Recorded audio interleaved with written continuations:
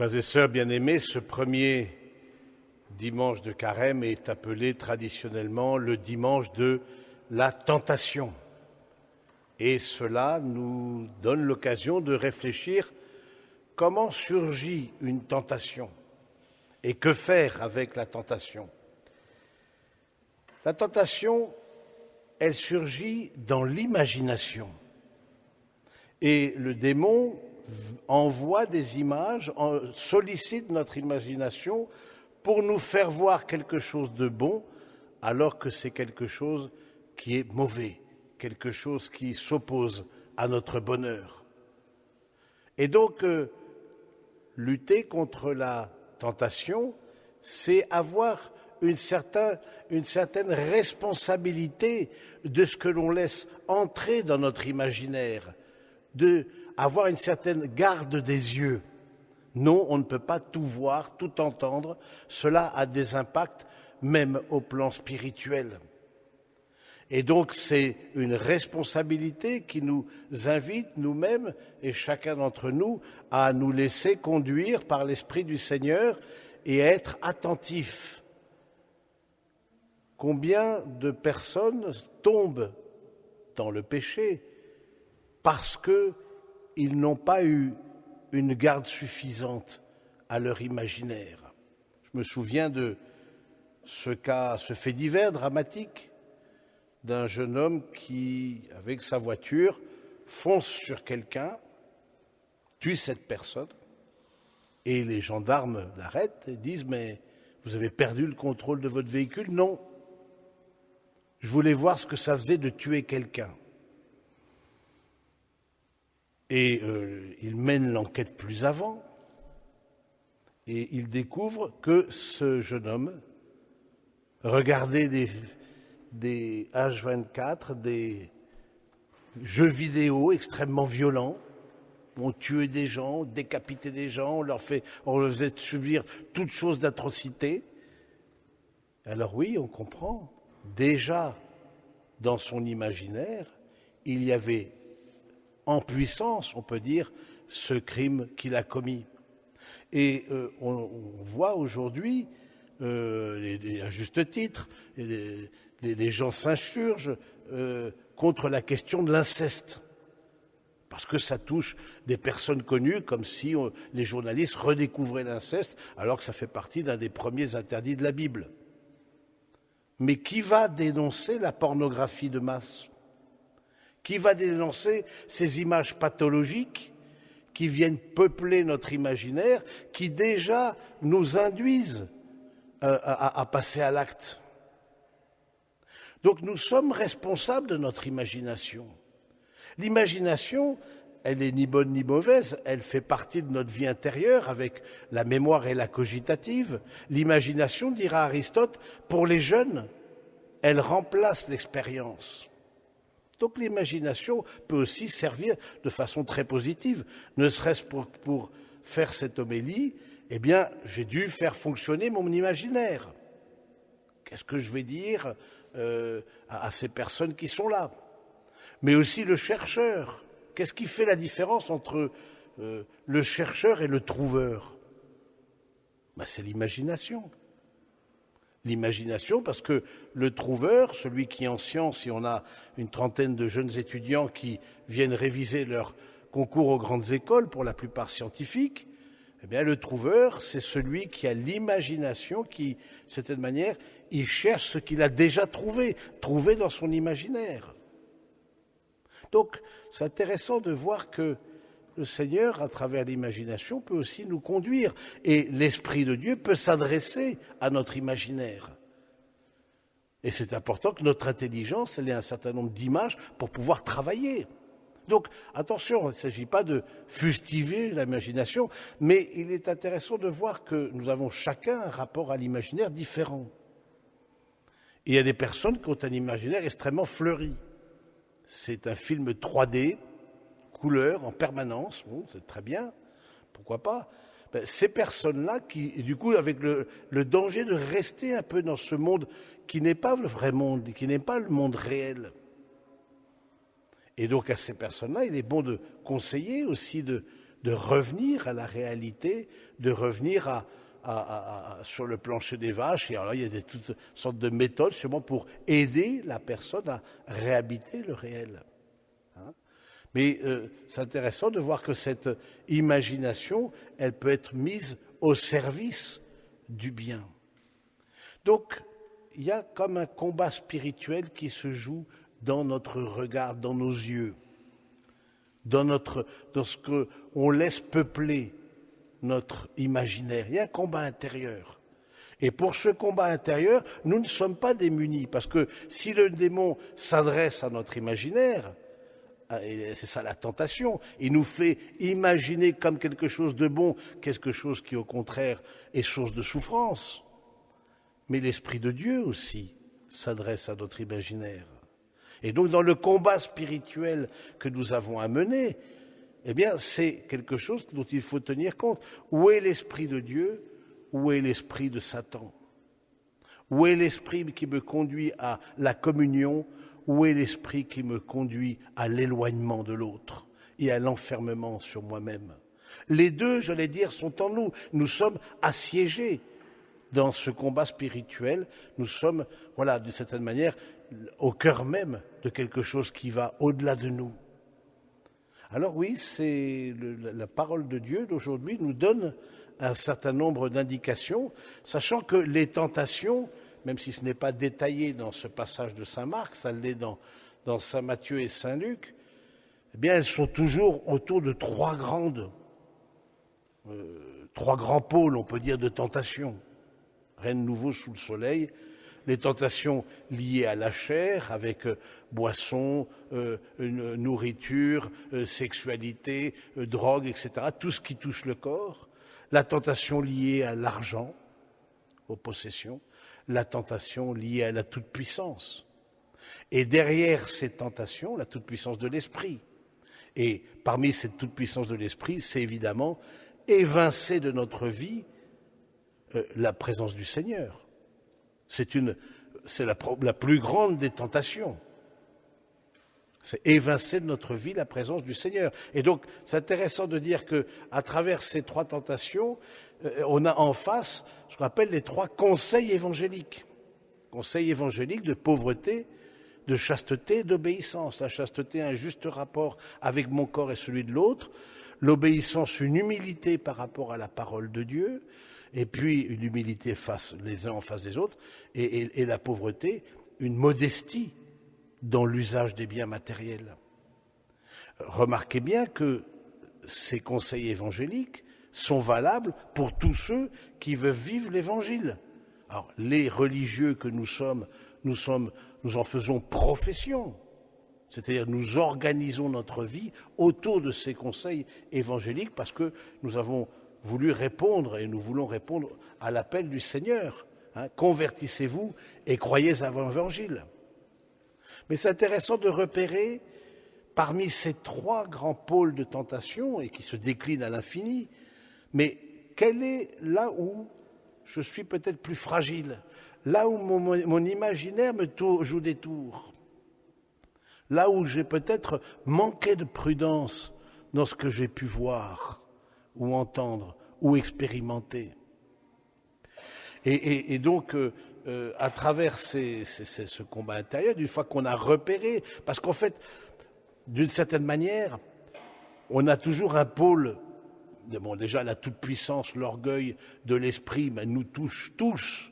On a ce point aveugle, ce point mort, cet angle mort dans notre vie. On ne voit pas quel est vraiment, en quoi on peut être orgueilleux. C'est toujours ça. D'où l'importance de se faire aider, de se faire aider. Un certain nombre de vous qui êtes parents, vous êtes en couple, voilà, c'est aussi l'aide aussi que vous pouvez vous apporter, de découvrir, de débusquer la part de l'orgueil qu'il y a en vous. Et nous qui sommes en communauté, pareil, on s'aide pour pouvoir débusquer ça. Je me souviens comme ça d'un monsieur qui vient se confesser et il dit « Mon père, je ne sais pas quoi vous dire. » Je lui dis « Allez voir votre femme. » Il est revenu avec une encyclopédie. Donc du coup, voilà, parce que justement, on a un point aveugle. On a quelque chose on n'arrive pas à trouver les choses. Et donc, parmi ces trois pôles de tentation, voilà, il y en a un qui nous est, et selon les âges de la vie, c'est différent, etc. Donc, de dire où est-ce qu'on en est de cette pratique de l'évangile, de ces conseils évangéliques qui sont valables pour tous ceux qui veulent vivre l'évangile, hein, qui sont au fond l'accueil d'une certaine limite. Parce que ces trois grands pôles de tentation, ces trois grandes toutes-puissances, toute puissance de la chair, toute puissance de l'esprit, toute puissance de l'argent. Et nous sommes touchés, c'est des conséquences en nous du péché originel. Nous sommes, donc, premièrement, prendre conscience de ça. Il y a quelque chose en nous qui est comme fragilisé, comme une faille. Et donc d'être attentif à ne pas nourrir, alimenter ce qui pourrait justement nous faire chuter. Mais nous ne sommes pas dépourvus dans ce combat spirituel. Nous ne sommes pas dépourvus parce que nous avons, et le texte nous invite à réfléchir dessus, nous avons plusieurs moyens de lutter contre. Premièrement, aussitôt l'esprit le pousse au désert. Mais il y a déjà deux manières de lutter contre. C'est la présence du Saint-Esprit. Ne savez-vous pas que vous êtes les temples du Saint-Esprit? Nous sommes habités par l'Esprit du Seigneur, par le baptême. Nous ne sommes pas livrés à nous-mêmes et à nos tentations et à nos imaginations débordantes et parfois polluées. Non, nous sommes aussi comme soutenus par l'Esprit du Seigneur. Et dans ce temps de carême, est-ce que c'est peut-être l'occasion d'aller plus avant dans cette communion avec l'Esprit Saint, l'Esprit qui parle à notre esprit, qui parle à notre imaginaire, mais aussi qui emmène Jésus au désert. Et ça me fait penser, je me dis, tiens, c'est aussi la dimension contemplative de nos vies. Parce qu'il n'y a pas que les religieux, les moines qui sont des contemplatifs. Tous nous sommes amenés à avoir une vie intérieure, une vie contemplative. Où est la part de désert, la part de vie contemplative? La part de silence, la part de solitude dans nos vies, qui est un moyen justement peut-être de prendre plus conscience de son combat intérieur, combat spirituel, mais un moyen aussi de lutter contre. Et puis il y a une troisième chose un troisième mot qui attire mon attention, c'est la présence des anges. Dans les trois récits de tentation, hein, les trois évangélistes parlent de la présence des anges. Les anges s'adressent aussi à notre imaginaire. Si on leur demande de nous soutenir, ils soutiennent notre vie spirituelle, hein, notre ange gardien, hein, ces créatures célestes que le Seigneur donne pour nous soutenir dans le combat intérieur. C'est intéressant de voir la présence des anges au moment de la lutte contre le démon au désert, dans cette lutte contre la tentation, mais aussi la présence des anges dans la vie de Jésus au moment du grand combat, de l'agonie. Vous savez dire que agonie, en grec, ça veut dire combat. Hein, là, il y a eu une présence des anges. Et les anges sont là pour nous soutenir dans notre combat. Je te demande, ange gardien, de me soutenir. Je sais que je suis fragile dans ce pôle-là de tentation où là, je suis j'ai moins de ma volonté plus faible. Je chute plus facilement. Où est-ce que vous en êtes de la présence des anges gardiens dans votre vie? Notre fondateur, le Père Lamy, un mystique qui voyait le bon Dieu, la Sainte Vierge, les anges comme je vous vois, eh bien, insistait beaucoup sur ce rôle des anges. Mais aussi la question de la confession. Nous avons cette grâce si nous avons la tentation qui est antérieure justement au péché, à la chute, à la tentation, c'est nous. On est tenté de critiquer, on est tenté d'être violent, on est tenté d'être malhonnête, mais ensuite parfois on chute. Ben, du coup, nous avons dans l'Église catholique la grâce de pouvoir accueillir la miséricorde de Dieu dans le sacrement de la réconciliation, sacrement de la confession.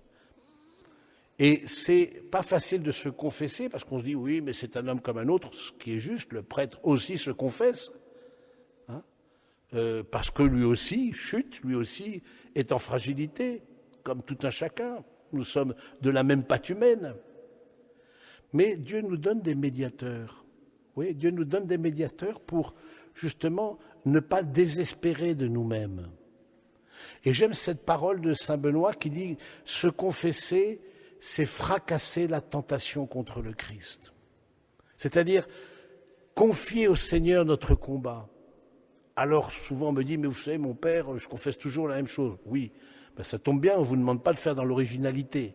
Ah ben mon père, j'ai tué, voilà, ceci, non, on ne vous demande pas. C'est pas un divertissement pour le prêtre. Vous voyez, il ne s'agit pas de...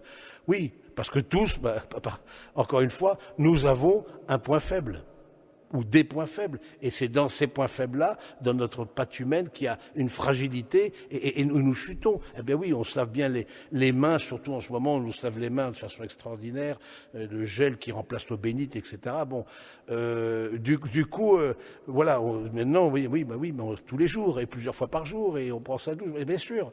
Et pourquoi pour l'âme, il n'y aurait pas une hygiène ? Vous voyez ? C'est intéressant de dire... Alors, c'est pas facile de se confesser pour ça. Puis, c'est pas facile parce que il faut confesser des actes libres. Ouais, j'avais la tentation, j'ai la tentation, par exemple, de la calomnie, de calomnier quelqu'un. Et voilà, j'ai cette tentation. Et puis, finalement, je suis tombé, ma parole, voilà, j'ai pas mis une garde à mes lèvres, j'ai commencé à calomnier, c'est-à-dire dire quelque chose de faux sur quelqu'un, de façon à atteindre sa réputation. Et c'est intéressant de remonter où est-ce que votre liberté a été engagée. Où est-ce qu'à un moment donné, vous sentez que vous avez eu le choix et en fait, ça a basculé, vous voyez. C'est parfois plus évident dans toutes les formes de dépendance. La personne alcoolique, par exemple, ben voilà, il sait qu'en sortir de son domicile, il y a deux chemins. Il y a le chemin qui passe devant le bistrot, il y a le chemin qui passe par... Voilà. Là, il est plus libre que quand il est face à la bouteille, évidemment. Et donc, c'est intéressant de... Où est-ce que confesser des actes libres, confesser où est-ce qu'on a... Et là, on a choisi, on a ployé, voilà, on n'a plus lutté. Hein, alors que j'avais encore le choix. Et comme prêtre... Ce qui est parfois difficile, c'est de donner une pénitence. Vous savez qu'on appelle aussi la confession, on l'appelait, c'est moins habituel maintenant, le tribunal de la pénitence. Bon, c'était un truc un peu ancien, etc. Mais c'est intéressant de dire cette question de pénitence. Alors souvent, comme pénitence, on dit 2 pater et 3 ave, etc. Ce qui est intéressant, parce que la prière, précisément... et justement nous remettre face à la grande altérité de Dieu pour accueillir toutes les limites que les tentations veulent nous faire franchir. Évidemment, les 3 pôles de tentation, c'est 3 limites à ne pas franchir. Accueillir notre humanité dans le manque. Et donc la prière nous fait prendre conscience de cette grande altérité de Dieu qui nous permet d'accueillir justement les limites. Mais donner, c'est pas facile de donner une pénitence, j'allais dire, autre. C'est-à-dire que, qu'est-ce qui va, moi je me pose toujours la question, mais qu'est-ce qui va aider l'autre ? Comment je peux être intelligent avec la pénitence ? C'est-à-dire, comment est-ce que ça va l'aider dans sa vie, vous savez, à gagner en liberté, à gagner en responsabilité, à être... plus connecté à sa vie intérieure et à la source de vie qu'est l'Esprit de Dieu en nous. Donc c'est intéressant, la pénitence c'est intéressant parce qu'elle a 2 buts dans cette dimension-là, c'est réparer et guérir. Quand on donne une pénitence, ça veut réparer. Alors, bien sûr, si vous avez été malhonnête, vous avez volé 100, on vous dit réparer, mais c'est redonner 100, c'est plutôt facile. Réparer une calomnie, c'est beaucoup plus difficile. Parce qu'une fois que ça a traversé vos lèvres, ça a traversé vos lèvres. Vous ne pouvez plus la récupérer, cette parole. Et guérir. Qu'est-ce qui va guérir, justement, ce côté blessé de notre nature humaine, ce côté fragile, ce côté, de ce pôle de tentation où je suis plus enclin. Qu'est-ce qui va guérir ? Donc la prochaine fois que vous confessez, demandez au prêtre quelque chose qui puisse vous guérir. Alors, le sacrement guérit, mais quelque chose aussi qui prolonge le sacrement au-delà de la célébration, de la confession, et qui va vous permettre, par des actes concrets, de corriger, justement, vous savez, de corriger quelque chose. On a toujours, c'est un peu comme, vous savez, les voitures, il y a des voitures, on dit elles tirent à droite, vous savez, vous laissez le volant sur le toucher, et hop, là, la voiture, elle est emportée à droite. Bon, ben voilà, et du coup, il faut redresser. Ben, qu'est-ce que, comme pénitence, va vous aider à gagner en liberté? Donc, nous ne sommes pas sans rien. Nous ne sommes pas sans rien. Le plus difficile, de ne pas prendre conscience du combat spirituel. C'est ça l'aveuglement. On ne prend pas conscience. Ah ben non, pour moi, tout va bien. On ne prend pas conscience qu'il y a, qu'il y a une faille, qu'il y a quelque chose. On ne prend pas conscience qu'on est responsable des images qu'on regarde, on est responsable des expériences qu'on fait, et que le corps aussi a une mémoire, et que les expériences sont aussi des lieux qui nous traversent et qui impactent notre manière d'agir. Alors on va demander au Seigneur, dans ce dimanche de la tentation, qu'on peut aussi appeler le dimanche de l'imagination, d'une certaine manière, on va demander sa grâce justement pour repérer le combat. Qu'est-ce qu'on va vivre comme combat pendant ce temps de carême? Qu'est-ce qu'on va peut-être mettre plus en avant, on va être plus attentif à quel combat, et de demander de prendre les moyens qu'il nous donne pour pouvoir triompher de la tentation et gagner dans cette alliance que le Seigneur veut faire avec chacun. Amen.